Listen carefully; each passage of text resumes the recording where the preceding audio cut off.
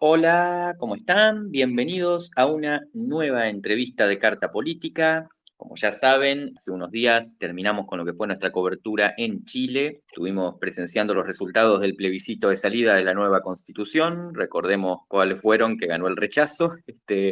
Pero el tema que nos trae aquí es otra votación, otro referéndum, otro proceso electoral muy lejos de lo que es Chile, muy lejos de lo que es Argentina. Vamos a hablar nuevamente sobre Cuba y traemos a un amigo de la casa, a alguien a quien ya hemos entrevistado en tiempos anteriores sobre temas relativos a lo que ocurre en la isla, a Ernesto de La Habana, estudiante universitario y cofundador de la plataforma Contexto Cubano, que busca impulsar el debate dentro de Cuba por una sociedad más plural, presentar noticias y sobre todo hacer podcasts relativos a cuestiones de Cuba con personas que viven Cuba todos los días. Vamos a entrevistarlo esta vez sobre lo que es el referéndum a tener lugar este 25 de septiembre sobre el llamado Código de las Familias, que parece ser un avance del gobierno cubano en materia de varios derechos, sobre todo el más destacado, el matrimonio igualitario, y que ha sido objeto de debate recientemente porque se convertiría así Cuba en el primer país no democrático o directamente bajo un régimen autoritario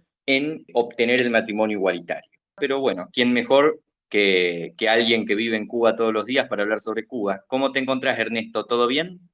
Sí, hola, todo bien por aquí. Nos alegra mucho estar con vos nuevamente y bueno, para ir comenzando, sin más preámbulo, ¿qué nos podés contar sobre lo que se va a votar en Cuba este 25 de septiembre? Bueno, este 25 de septiembre se va a llevar a cabo un referéndum a lo largo del país sobre si los cubanos quieren aprobar o no el nuevo Código de la Familia.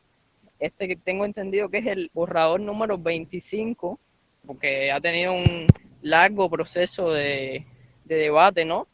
Tanto en el órgano legislativo de aquí, la Asamblea Nacional del Poder Popular, como entre la gente, porque se hicieron reuniones a lo largo de todo el país para debatirlo, en las cuales se recogían las inquietudes de la población, si la gente opinaba que había que cambiar algo. Entonces, bueno, el Código de la Familia viene a recoger el nuevo marco, ¿no?, en que se encuentra la sociedad cubana, reconoce los nuevos tipos de familia que hay. Ya la familia, hay muchos más tipos de familia, ¿no?, que la familia tradicional de un padre, una madre y un hijo o una hija. Entonces viene a recoger eso, viene a recoger las obligaciones esenciales, ¿no?, que existen entre los miembros de la familia, los derechos que tienen. Y bueno, trae, por supuesto, dentro de sí algunas cosas que son polémicas, ¿no?, entre algunos sectores de la población, pero viene a encarnar, ¿no?, los cambios que han habido en la sociedad cubana, en la sociedad de cualquier país, ¿no? Hubo algunos intentos de ya poner algunas de estas nuevas ideas, ¿no?, en la Constitución, las retiraron. Por ejemplo, el matrimonio igualitario lo iban a poner en la Constitución, lo quitaron. Considero que fue porque eso iba a afectar la aprobación de la Constitución, y para que fuera un proyecto más consensuado, vamos a decirlo así, quitaron eso y lo dejaron para el Código de la Familia, que comenzaron a redactar ya hace tiempo. Tenía 25 borradores, ¿no? Y finalmente lo llevan a referéndum este 25 de septiembre.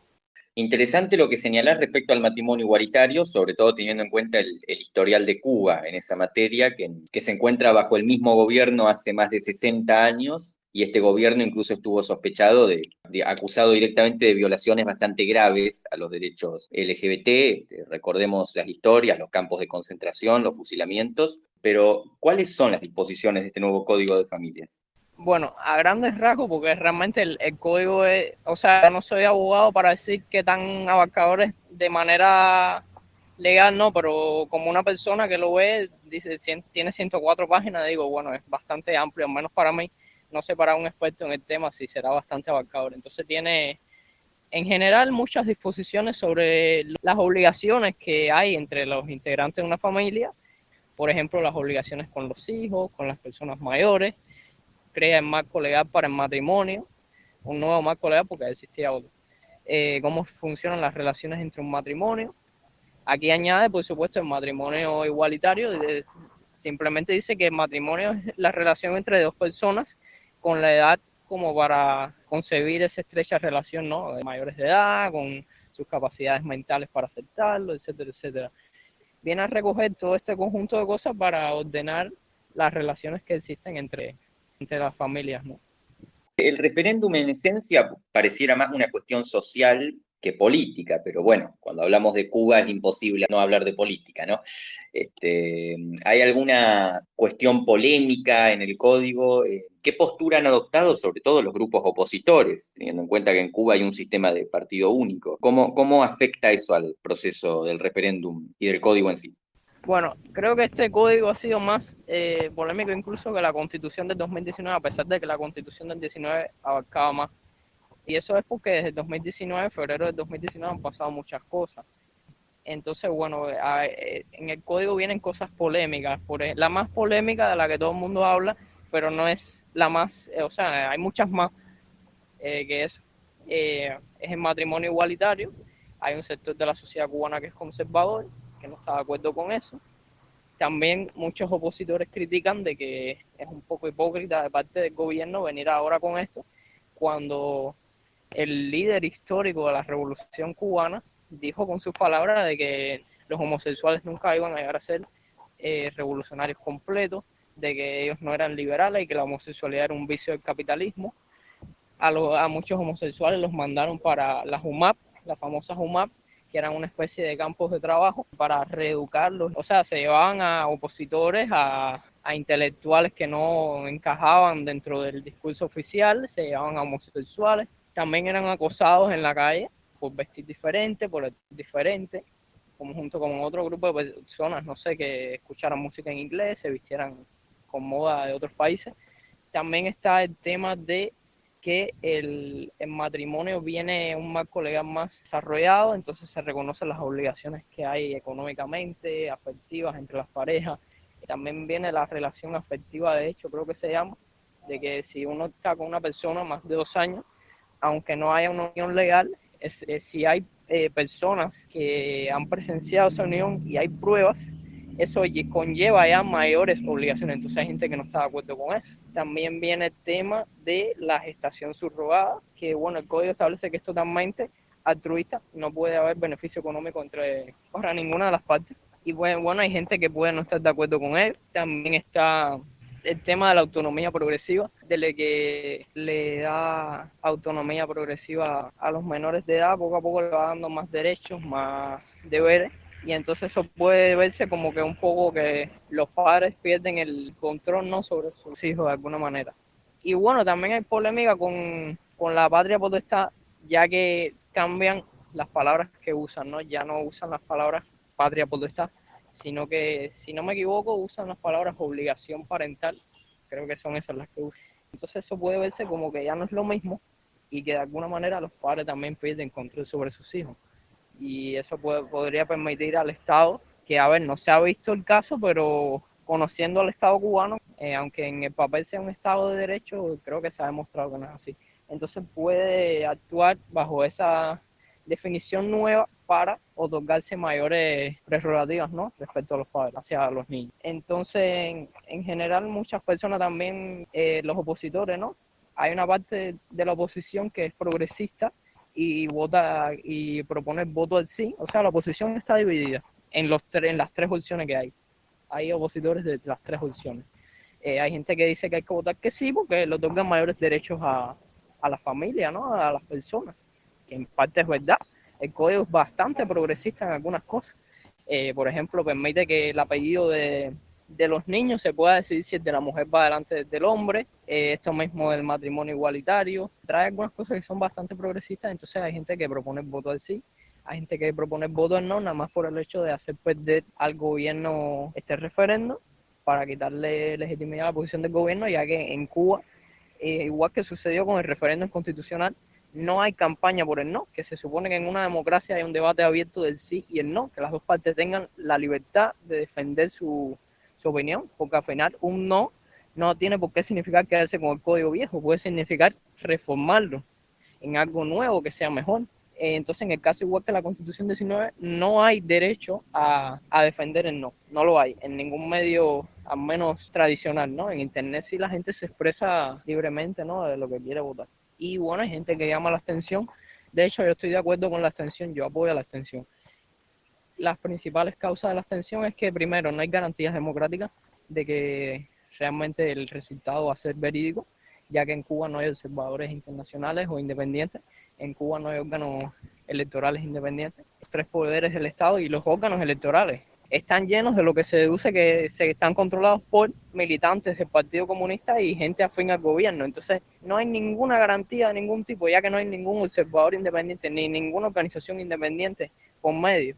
No hay ninguna garantía de que el resultado que ellos den sea real. Incluso el sistema de votación de nosotros es bastante atrasado, no es electrónica. Entonces no se conocen los resultados rápidamente. Son boletas de papel, tendrá sus beneficios, sus pros y sus contras, pero bueno, es de papel, boletas de papel, entonces bueno, eso se presta también para que cuando se junten esos resultados en la oficina que le toque hacerlo, después se dé el resultado que se quiera, no hay garantía para ello. Entonces, mucha gente aprueba la abstención y también porque después dan un numerito de participación que le da legitimidad al régimen. Participó el 90% de la población. Eso quiere decir que el 90% de la población reconoce el sistema, ¿no?, actual. Y eso no tiene por qué ser así realmente, porque como no hay campaña por el no ni por la abstención, mucha gente vota el sí por inercia, porque es lo único que oyen: vota sí, vota sí, vota sí, creen que es bueno, no escuchan otra opinión diferente que pueda decirle no, pero deberías votar no por esto, por esto, por esto. Eso no existe.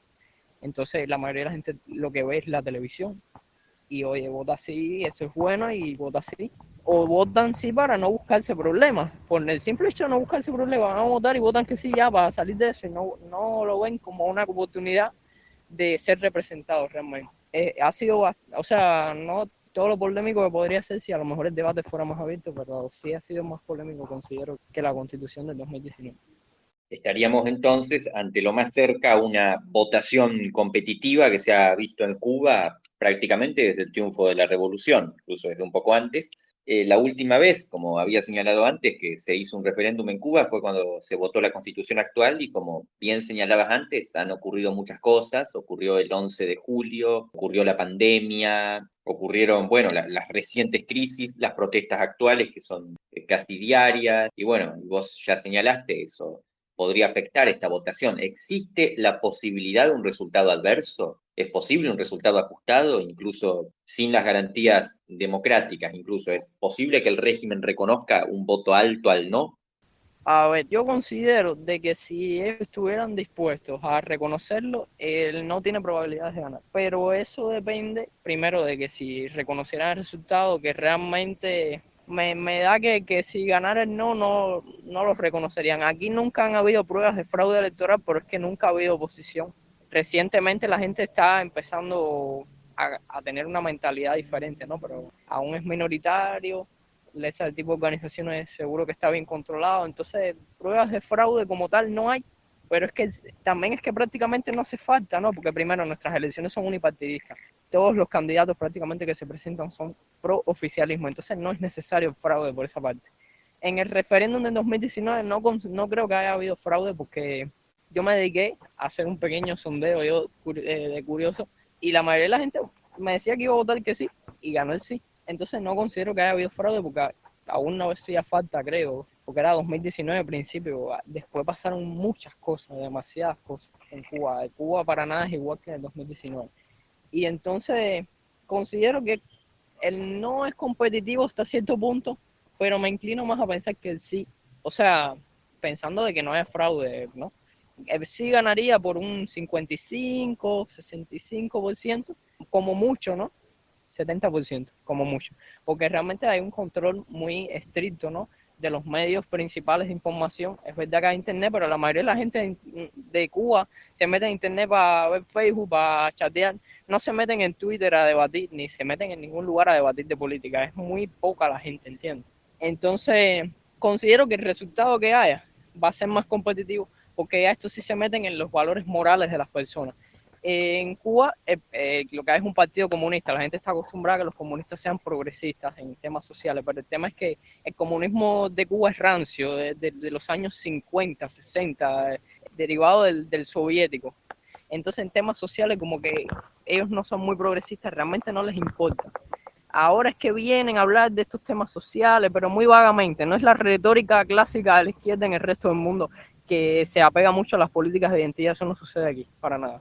No es el discurso que hay aquí, para nada. Entonces, como que ahora es que vienen, que tratan, pero igual se han mantenido los valores conservadores que incluso en su momento se potenciaron con el mismo Fidel que potenció los valores conservadores. Él mismo decía que no eran liberales y que, por ejemplo, la homosexualidad era un vicio del capitalismo. Entonces es curioso que él se llamara comunista y que mantuviera esa, entre muchas comillas, moral burguesa, ¿no? Entonces hay mucha gente aún que es conservadora en esos temas y eso puede darle fuerza no mucho más que en la constitución o sea, en el referéndum constitucional de 2019. Considero que la mayor parte de la gente que va a votar que no va a ser por eso, porque no va con sus valores. Y hay una parte que va a votar que no porque se opone simplemente al gobierno y quiere votar que no. Pero creo que va a ser menor a la parte conservadora. Y ya, yo creo que él sí va a ganar, lo que por un margen mucho más estrecho. Y claro, todo depende del margen de abstención y de si hay fraude o no. Si ellos se van por el fraude, pueden decir lo que quieran, que ganó el sí por el 99%, que nadie se lo va a creer. No sé hasta qué punto, no sé si ellos tendrán una manera de hacer un sondeo previo, o sea, de incógnito, sin que nadie se entere, para saber más o menos cómo está la opinión y por ahí sacar un resultado que la gente se lo crea. No sé cómo funcionará eso, aquí son muy opacos con eso, pero sí creo que es mucho más competitivo el no respecto al sí no que en el año 2019. Aquí en Cuba no ha habido muchos referéndums. Anterior al 2019 creo que hubo uno en el 2002 o en el 2003, cuando el proyecto Varela, que fue ante esa tentativa cívica de hacer cambios en Cuba, Fidel convocó a un referéndum para hacer irrevocable el socialismo.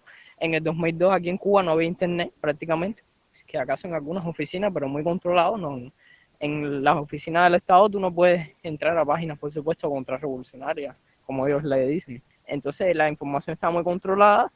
Imagínate décadas sin poder acceder a información desde afuera. Entonces, claro que ganó el sí por un 90 y pico por ciento de margen y se agregó ese artículo de que el socialismo era irrevocable. Y anterior a ese 2002, o del 2003, el único referéndum que hay es el constitucional del año 1976. Y de igual manera, en ese tiempo había menos información todavía del exterior, incluso la diáspora cubana tenía muy restringidos los viajes hacia Cuba, no había prácticamente información del exterior, todos los medios privados habían sido nacionalizados al principio de la revolución, eran ya más de 15 años sin información que criticara a lo más mínimo el gobierno. Entonces, claro que ganó la constitución del 76, el referéndum, por casi 99, creo, 97% de aprobación, por supuesto, porque si todos los medios te dicen que eso es muy bueno y que está bien, claro que vas a votar que sí, le lavaron el cerebro a la gente.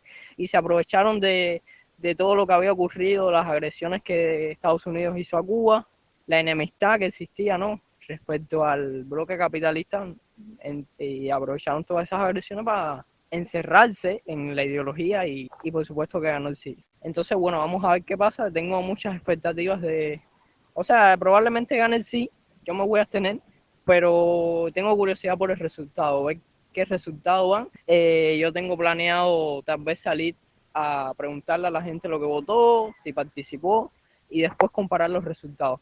A lo mejor no se van a aparecer porque yo estoy en la ciudad de La Habana, entonces yo no puedo ir por todo el país preguntando, pero me imagino que se parezca bastante el resultado si no hay fraude y si más o menos lleva a todos los grupos de edad, porque realmente aquí no es como en otros países que de una región a otra varía mucho lo que vota la gente, eso no sucede tanto. Va a haber, claro, un cambio, porque en el campo me imagino que la gente sea menos liberal, tal vez eso lo inclina a votar más que no, pero es que igual en el campo la gente apoya más la revolución, entonces eso también los puede inclinar a votar más que sí, entonces no creo que haya mucho cambio, vamos a ver qué sucede.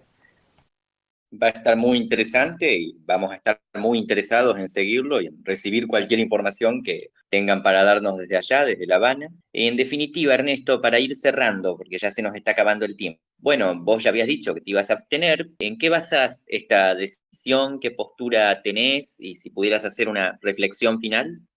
No, a ver, si yo estuviera a lo mejor en otro país con más libertad, más democracia y que realmente hubiera un Estado de Derecho, probablemente votaría que sí por un código similar, porque siempre está bien añadir derechos. Lo que no creo que se debería llevar a referéndum, O sea, estaría bien una votación que sí en un parlamento, en un órgano legislativo para aprobarlo, porque los derechos no se deben llevar a referéndum. A nadie se le hubiera ocurrido estar de acuerdo con que, por ejemplo, sé que la comparación a lo mejor es un poco hiperbolizada, pero bueno, que Hitler hubiera llevado a referéndum los derechos de los judíos en una Alemania nazi bajo la propaganda nazi. Claro que hubiera ganado el sí de abolir todos los derechos de los judíos. Entonces no tiene sentido para mí llevar a referéndum los derechos de las personas. Los derechos se aprueban y ya, los derechos se otorgan, los derechos se logran, pero no creo que una mayoría deba decidir sobre los derechos de las minorías. Yo eso considero que lo están llevando al referéndum por puro populismo y para entretener a la gente, porque hay cosas más importantes que están sucediendo que no se le está prestando atención. Por ejemplo, pronto entra en vigor un código penal mucho más crudo en algunos temas, un código penal que tiene como sanción la pena de muerte para varios crímenes, si se le puede llamar así, porque hay algunas cosas ahí que ellos consideran crímenes que, bueno, hablar de intervención extranjera, hablar de eso es ilegal, hablarlo. De que yo opine de que tal país debería intervenir porque considero de que hace falta, eso es ilegal. Muchas cosas se pueden considerar traición a la patria, traición a poner en peligro la seguridad del Estado, y eso puede llevar condena. Hay muchas leyes que se han aprobado que van en contra de los derechos de los ciudadanos sin pedirle permiso a la población, no se han llevado a referéndum. Entonces, cogen una en la cual supuestamente le están otorgando derechos a algunas minorías y la llevan al referéndum. Eso es para entretener a la gente. Y como pusimos hace poco en contexto cubano, eso tiene un coste. O sea, poner a andar esa maquinaria electoral tiene un coste. A lo mejor nuestras elecciones no son tan sofisticadas como las de otros países, pero eso cuesta. Hay que habilitar locales a lo largo de todo el país, hay que imprimir las boletas y el país está en malas condiciones económicas. Entonces habría que analizar si realmente hace falta. Y para cómo después de este referéndum hay elecciones municipales. Y eso también tiene un coste por elegir gente que al final muchas veces no hace mucho o lo hace cuando les va a visitar un dirigente superior para que piense que todo está bien y para después no hacer nada. Entonces considero que hay mucho que reflexionar sobre esto. Ellos lo hacen considero yo, con el objetivo de proclamarse demócratas y progresistas y que están haciendo algo bueno. Pero si tú realmente lo que quieres es otorgarle esos derechos a la gente, legislalos y ya, apruébalos en el órgano legislativo que tiene, que está súper sobre representado. Para una isla de 11 millones de habitantes, ¿quién consigue un parlamento de 635 escaños? Nadie, pero bueno. Entonces apruébenlo y ya, no lo lleven a referéndum, eso es innecesario. La cantidad de dinero que se está gastando en propaganda, en echar a andar esa maquinaria, ¿no? Para poder hacer el referéndum es innecesaria. Para cómo pueden, como dije antes, las elecciones municipales y en 2023 hay elecciones generales que no resuelven nada tampoco, porque al final todos apoyan al gobierno y apoyan el discurso oficial. Entonces, bueno, hay mucho que reflexionar sobre. Yo estoy muy interesado en varios resultados, vamos a ver qué pasa. Gracias. Muchísimas gracias, Ernesto, por esta nueva colaboración. ¿Dónde podemos seguir a Contexto Cubano y a qué se dedican, qué es lo que hacen para que lo sepan los que nos están viendo? Contexto Cubano es un proyecto que tenemos para informar a la gente acerca de la realidad en Cuba, tanto a los cubanos aquí adentro de la isla, un medio independiente que estamos formando, o sea, somos muy pequeños todavía, no, realmente a lo mejor no tenemos el impacto que quisiéramos tener, no llegamos a la cantidad de personas que quisiéramos, pero bueno, estamos empezando. Y también queremos llegar, por supuesto, al resto del mundo para que o sea, conozcan la realidad que vivimos los cubanos desde una fuente diferente, no única, por supuesto, que se informen por la mayor cantidad de fuentes posible, eso siempre está bien, pero bueno, queremos aportar otro punto de vista. Estamos en Twitter como @contexto cubano. Tenemos pensado ampliar nuestras plataformas más adelante, tal vez a Facebook. Tenemos pensado crear una página web para poder ofrecernos información sobre la isla. Todavía somos pequeños, ¿no? Pero bueno, queremos crecer y poder aportar información. Y les deseamos la mejor de las suertes, ojalá logren su cometido. Muchas gracias por esta nueva colaboración y muchas gracias a todos los que nos siguen y a todos los que nos están viendo. Gracias por ver esta nueva entrevista de Carta Política. Recuerden que nos pueden seguir en Twitter como @politicacarta y en Instagram como Carta Política. Los invitamos a visitar nuestra página web y nos estaremos viendo en futuras entrevistas. Muchas gracias.